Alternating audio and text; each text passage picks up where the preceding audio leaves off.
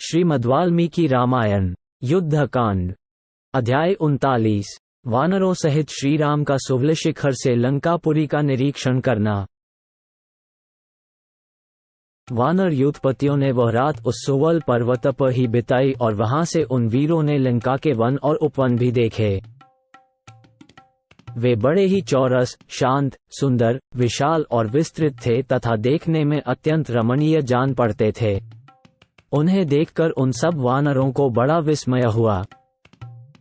चंपा, अशोक, बकुल, शाल और ताल वृक्षों से व्याप्त, तमाल वन से आच्छादित और नागकेसरों से आवृत लंकापुरी हिमताल, अर्जुन, नीप, कदम, खिले हुए चितवन, तिलक, कनेर तथा पाटल आदि नाना प्रकार के दिव्य वृक्षों से जिनके अग्रभाग फूलों के भार से लदे थे तथा जिन पर लताब लारियां फैली हुई थी, इंद्र की अमरावती के समान शोभा पाती थी।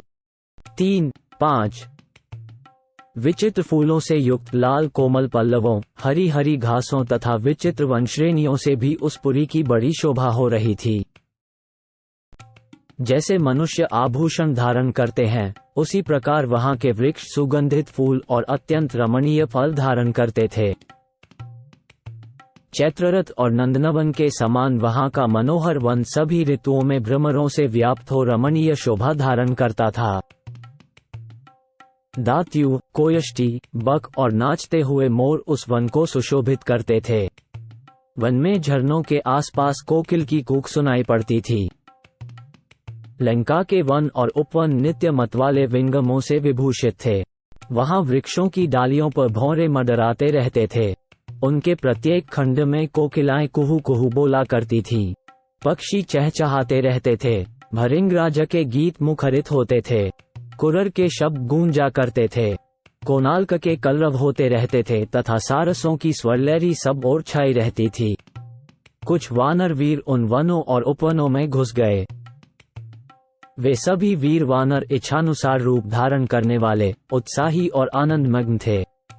उन महातेजस्वी वानरों के वहां प्रवेश करते ही फूलों के संसर्ग से सुगंधित तथा घ्राणेन्द्रिय को सुख देने वाली मंद वायु चलने लगी।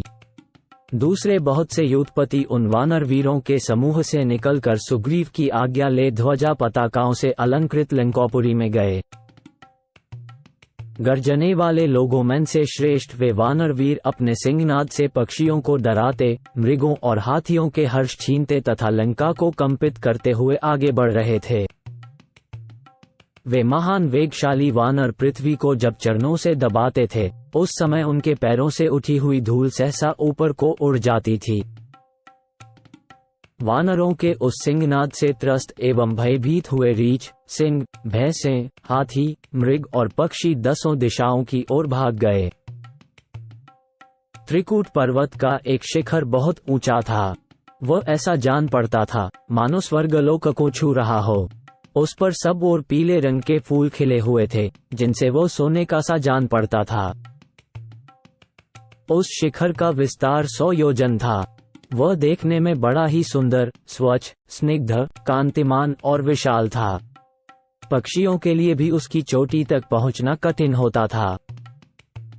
लोग त्रिकूट के उस शिखर पर मन के द्वारा चढ़ने की कल्पना भी नहीं कर सकते थे। फिर क्रिया द्वारा उस पर आरूढ़ होने की तो बात ही क्या है। रावण द्वारा पालित लंका त्रिकूट के उसी शिखर पर बसी हुई थी। वह पुरी 10 योजन चौड़ी और 20 योजन लंबी थी। सफेद बादलों के समान ऊंचे ऊंचे गोपुर तथा सोने और चांदी के परकोटे उसकी शोभा बढ़ाते थे।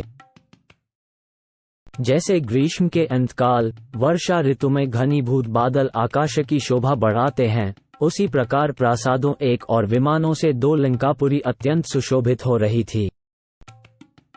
उस पुरी में सहस्र खंभों से अलंकृत एक चैत्य प्रासाद था, जो कैलाश शिखर के समान दिखाई देता था। वह आकाश को मापता हुआ सा जान पड़ता था। राक्षसराज रावण का वह चैत्य प्रासाद लंकापुरी का आभूषण था। कई सौ राक्षस रक्षा के सभी साधनों से संपन्न होकर प्रतिदिन उसकी रक्षा करते थे। इस प्रकार वह पुरी बड़ी ही मनोहर, सुवर्णमयी, अनेकानेक पर्वतों से अलंकृत, नाना प्रकार की विचित्र धातुओं से चित्रित और अनेक उद्यानों से सुशोभित थी। भांति भांति के विंगम वहां अपनी मधुर बोली बोल रहे थे।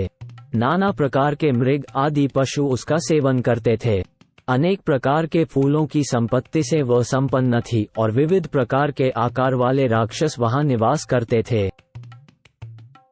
धन धान्य से संपन्न तथा संपूर्ण मनोवांछित वस्तुओं से भरी पूरी उस रावणपुरी को लक्ष्मण के बड़े भाई लक्ष्मीवान श्री राम ने वानरों के साथ देखा।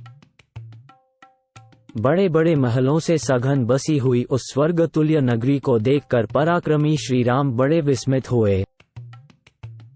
इस प्रकार अपनी विशाल सेना के साथ श्री रघुनाथ जी ने अनेक प्रकार के रत्नों से पूर्ण, तरह तरह की रचनाओं से सुसज्जित, ऊंचे ऊंचे महलों की पंक्ति से अलंकृत और बड़े बड़े यंत्रों से युक्त मजबूत किवाड़ों वाली वो अद्भुत पुरी देखी।